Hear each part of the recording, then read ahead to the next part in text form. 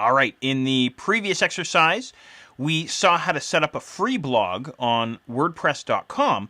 Now what I want to show you how to do is set up a self-hosted installation of WordPress. So before you go jumping in and installing WordPress on your web server, here's a super fast rundown of WordPress's server requirements. And this is for WordPress version 2.9, by the way. So what you're going to need running on your web server is PHP version 4.3 or higher, and MySQL version 4.1.2 or higher. Now, really, any web server that supports PHP and MySQL is going to be just fine for you, but what's really recommended here is a Linux server. That's really going to give you the greatest flexibility. And optionally, you can also have the Apache mod rewrite module, and what that's going to do is give you what's referred to as clean URLs or clean permalinks. We'll talk about permalinks much later on, so don't get hung up on that. Now, I'm going to put the brakes on just for a second, because if you're not really, into web servers, if you're not really a technical person, and honestly, I am not a technical person at all myself, here's the thing. Most web servers are going to meet these requirements. Most companies that are offering web hosting, you're going to be just fine. But if you want, pop them an email or contact them and say, hey, I want to run WordPress on this hosting account. Do you guys support WordPress? And odds are they will. But just in case, this is the list of requirements that's going to be needed for you to run WordPress. You can actually ask them about specific versions of PHP and MySQL and that sort of thing. So don't get freaked out by the technical lingo here. What I've done here is I just logged into the back end or the administration side of one of the sites that I run. And you can see up here on the address bar, it's jeff-blake.com. And right now, if I were to go to jeff-blake.com, there's nothing there. I don't have anything happening there. So what I want to do is I want to install a WordPress blog on that URL on that site, right? So here I am in the back end, and by the way, the hosting company that this particular site is hosted with offers an administration panel called cPanel. You can see here up at the top, cPanel, and that's a pretty common interface, a pretty common administration interface anyway for self-hosted accounts. So hopefully you have cPanel as well. If you don't, by the way, I'm sure that your hosting company would help you set up a WordPress installation. In any regard, what I'm looking for here inside cPanel is something called Fantastico Deluxe. And again, if you have cPanel running on your own hosting company's site, go ahead and look for Fantastico, click on them, and you'll wind up here inside this interface. And, there's all kinds of things you can do here in Fantastico. You can set up classifieds, you can set up content management systems, and like a billion other things. But what we're after is blogs, and there I can see WordPress on the left-hand side. So I'll go ahead and click on WordPress. And let's see, we got a little description here of what WordPress is. And there's the homepage, wordpress.org. You can click on that link if you want. WordPress support forums.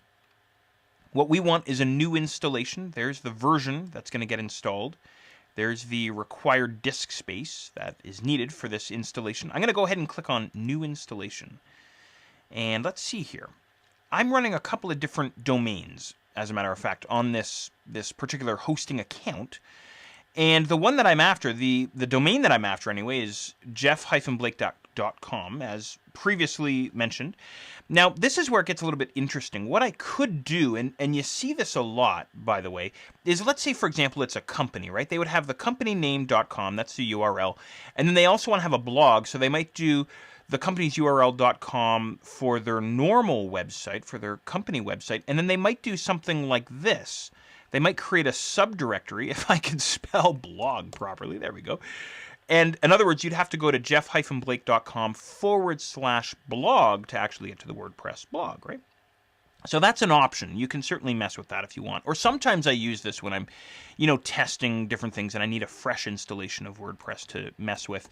If you leave this guy blank, then what's going to happen is WordPress is going to get installed on the top level, if you will, of the site. So in other words, going directly to jeff-blake.com would throw you into the WordPress blog, right? And that's exactly what I want to do here. Now, if everything that I just said there doesn't make any sense, well, you can read through this info here, and hopefully it'll make a little bit more sense for you, but hopefully all good. Okay, then we have the admin access data. So we need a username, and we need a password in these two fields here. So I'm going to go with admin and admin, because the bad guys would never guess that my username and password would be so simple. Anyway, admin nickname, I guess I'll just go with Jeff. The admin email, that is jeff@10tonbooks.com. Site name, Jeff's super cool blog. Okay, description, how about a whole lot about nothing. Sounds good. Okay, hopefully all good. I hope this all makes sense here. Hopefully no big deal. I'm going to go ahead and click on Install WordPress. Okay, now, the MySQL database and MySQL user will be created and used for this installation. So, in other words, that MySQL database is going to get created. Now, don't get hung up on that. That's probably the toughest part, the trickiest part of working with a WordPress blog. Don't freak out about it. It's not that big a deal. And if you're setting this up on either WordPress.com or here in your own hosting account, then you don't even really have to mess with it. I mean, beyond, backing it up every once in a while. Okay, I chose to install this on jeff-blake.com. The access URL will be jeff-blake.com. Click Finish Installation to continue. So finish installation, and that should be all she wrote. Okay, so we get a bunch of information here. The first thing that I want to do here, I always do this just for paranoia's sake, is email the details of this installation to me. 10tonbooks.com. Now, if you're following along with me here and you're setting this up on your own site, don't email the details of your installation to me, because that won't help you. Anyway, so I'm going to email my details of my installation to myself. Now, I want to mention something here. So here's how it's going to work. If you go to jeff-blake.com, that's going to throw you into the front end of the blog, of course, right? The back end, the administration area of the blog, is here, jeff-blake.com/wp-admin. So you might want to sort of commit this to memory or copy it and paste it somewhere. Again, I'll hold down Command here on the Mac or Control on the Windows side, single click to open that up in a new tab. We'll take a look at that in just a second. And I'm just going to send this email before I forget, because I want to make sure I have all of this. Okay, we're rocking here. So I will close out of that tab. Here's my login screen here, and I used the top secret code of admin for the username and admin for the password. Don't tell anyone, okay? Just between you and I. Remember me, log in. And I won't get Firefox to remember that right now. All right, there's our back end. This is the back end of our blog, our self-hosted blog. As you can see, nearly identical to the back end of the WordPress.com hosted account, right? So again, lots to look at in this main area here, this main interface, and this huge hulking list, or this huge hulking menu that we've got to get to down the left-hand side. So we'll definitely tour through all of that. Let's go and take a look at the live site here. So I'm going to click on this visit site, but once again, I'm going to hold down Control or Command before clicking on visit site. All right, this is my live site. There it is, jeff-blake.com. And there's my default blog. And again, this default look, or the default look and feel for this blog, which is called the blog's theme, which we'll get to, is called Kubrick. And it's kind of plain, not too exciting, so I'll have to do something about that. So there it is, Jeff's blog, a whole lot about nothing.